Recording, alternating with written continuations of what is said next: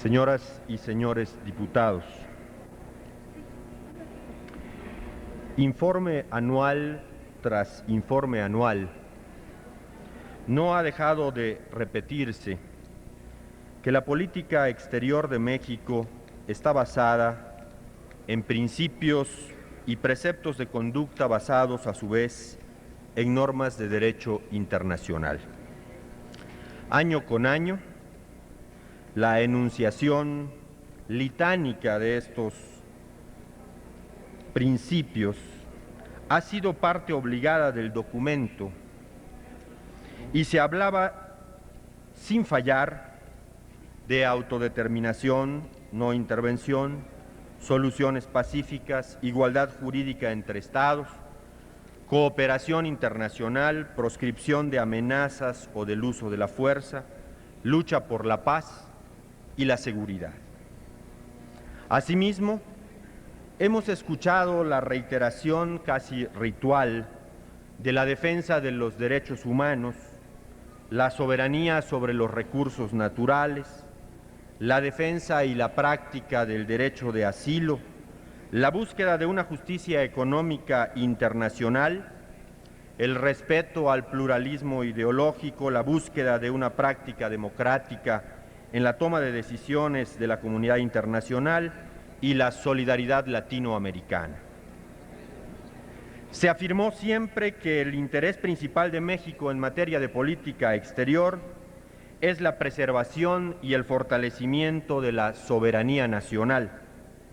pero pocas veces se precisó qué entendía el titular del Ejecutivo precisamente por soberanía nacional. Poco se precisó más allá de una demagogia sin relación clara con la realidad mexicana ni con la evolución cultural, política, social, científica y económica del mundo,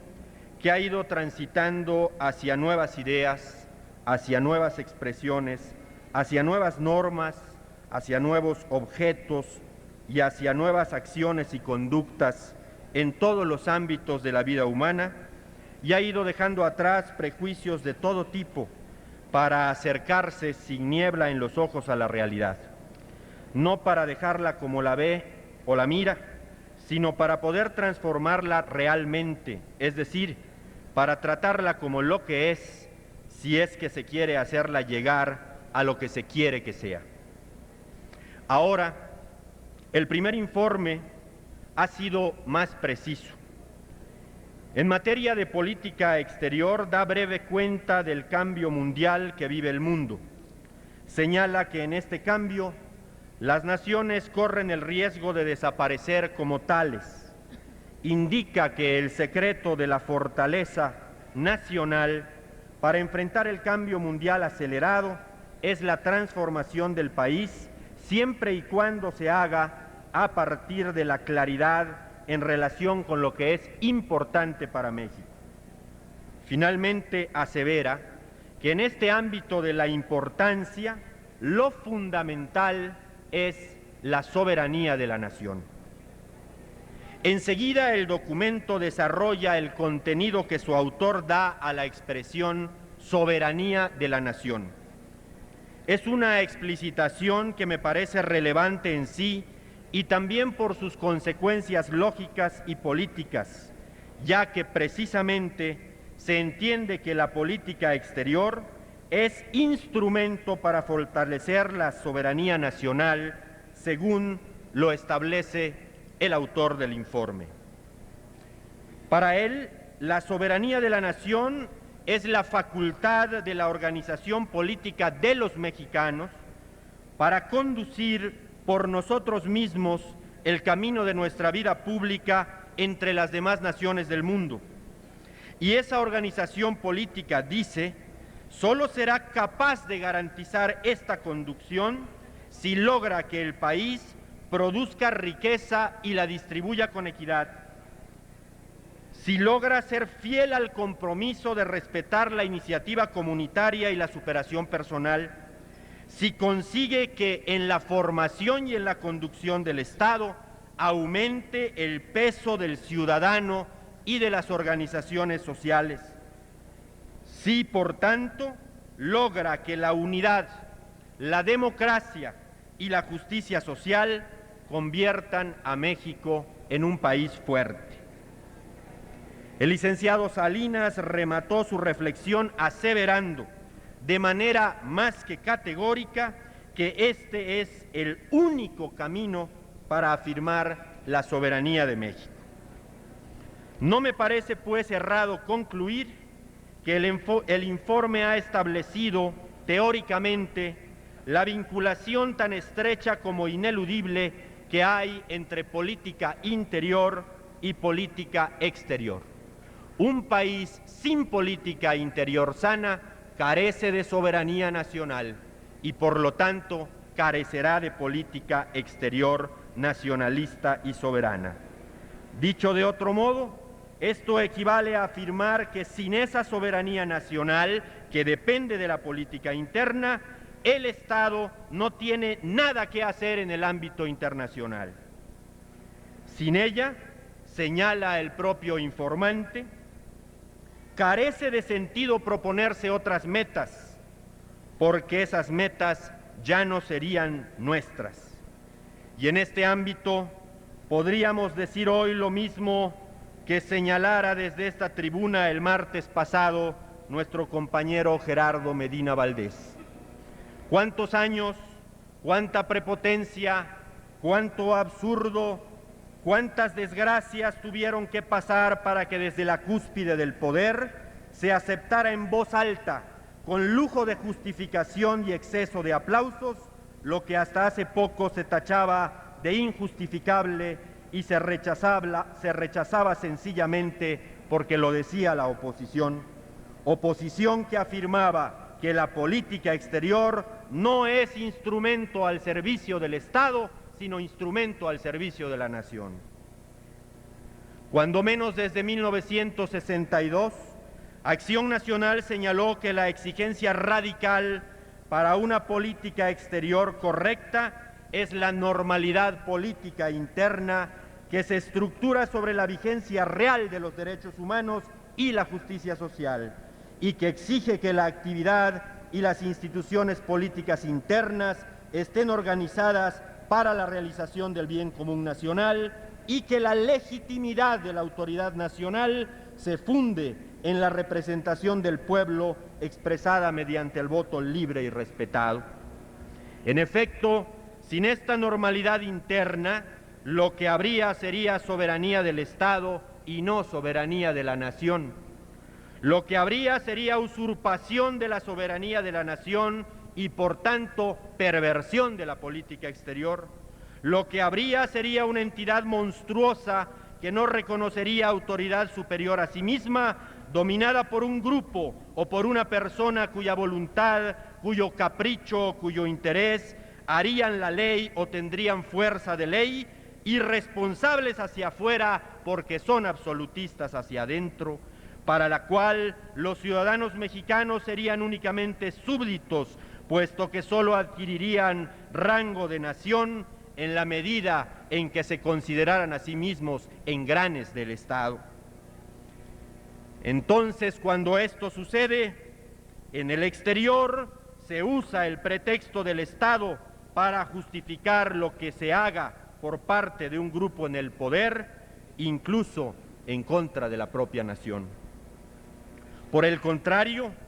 si como ha sostenido y sostiene Acción Nacional, y ahora al menos de palabra sostiene el titular del Ejecutivo, la soberanía de la nación, la soberana es la nación, el Estado no sería entonces irresponsable y autónomo, sino obligado a responder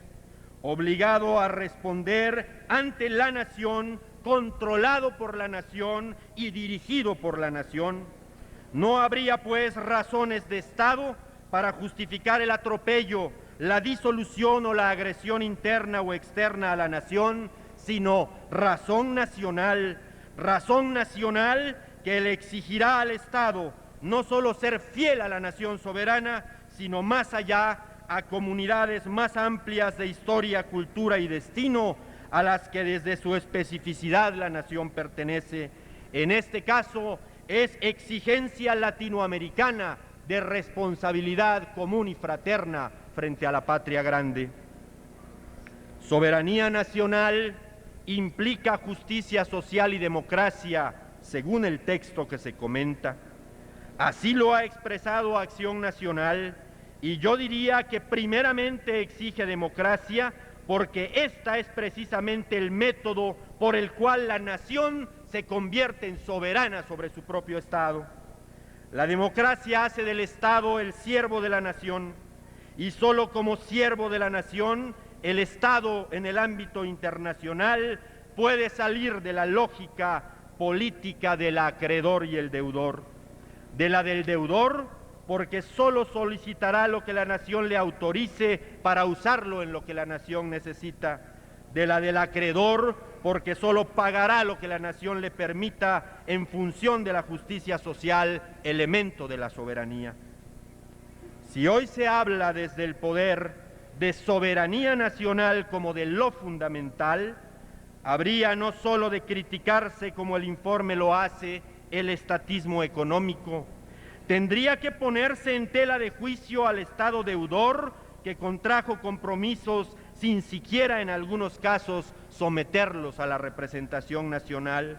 Habría que hacer la crítica al Estado socialmente injusto, no solo por su gigantismo económico, sino socialmente injusto y antinacional por antidemocrático. De lo contrario, la reforma del Estado se hará solo en términos economicistas y tecnocráticos que confunden coyuntura económica y comercial con estructura política y convierten la política exterior en mero asunto de negociación de deudas de Estado y no de defensa de la soberanía nacional, es decir, victoria de la revolución sin mitos que se dice que se quiere acabar.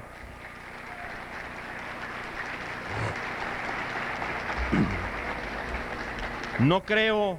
que el informe, a pesar de los principios que establece, haya sido completamente consecuente con las implicaciones lógicas y políticas de esa frase relevante y del contenido que el propio documento le da a esa misma frase. Por otra parte, no cabe duda de que, por ejemplo, en las circunstancias actuales, una urgencia real obligaba a buscar en y con los Estados Unidos de América un camino nuevo de relaciones en el que el lenguaje de la dependencia gritona fuera sustituido por el de la interdependencia digna, que es el que permite abordar los problemas concretos sin la estática de la demagogia. Pero en relación con América Latina no se ha practicado todavía con el mismo vigor, el mismo ímpetu y la misma claridad, ni siquiera esta actitud, pese a que estratégicamente la unidad latinoamericana es imprescindible,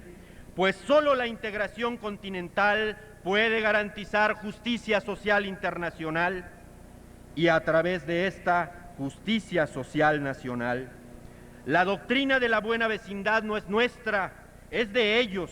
y si bien la vecindad debe ser buena, la fraternidad latinoamericana convertida en instituciones es, como lo ha afirmado Acción Nacional, naturaleza que hay que perfeccionar si se quiere ser antes que tener e incluso si se quiere tener el mínimo para ser lo mínimo. La vecindad no puede sustituir al parentesco, escribió González Luna, y así lo reiteramos ahora.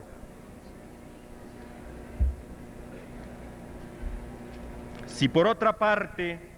es cierto que el único camino que lleva a la soberanía nacional es el de la unidad, la democracia y la justicia social,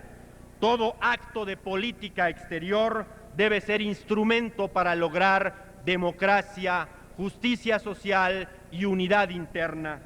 Y valdría la pena entonces preguntarnos si lo realizado en este ámbito durante 11 meses que abarca el informe han favorecido la unidad, la justicia social y la democracia en México.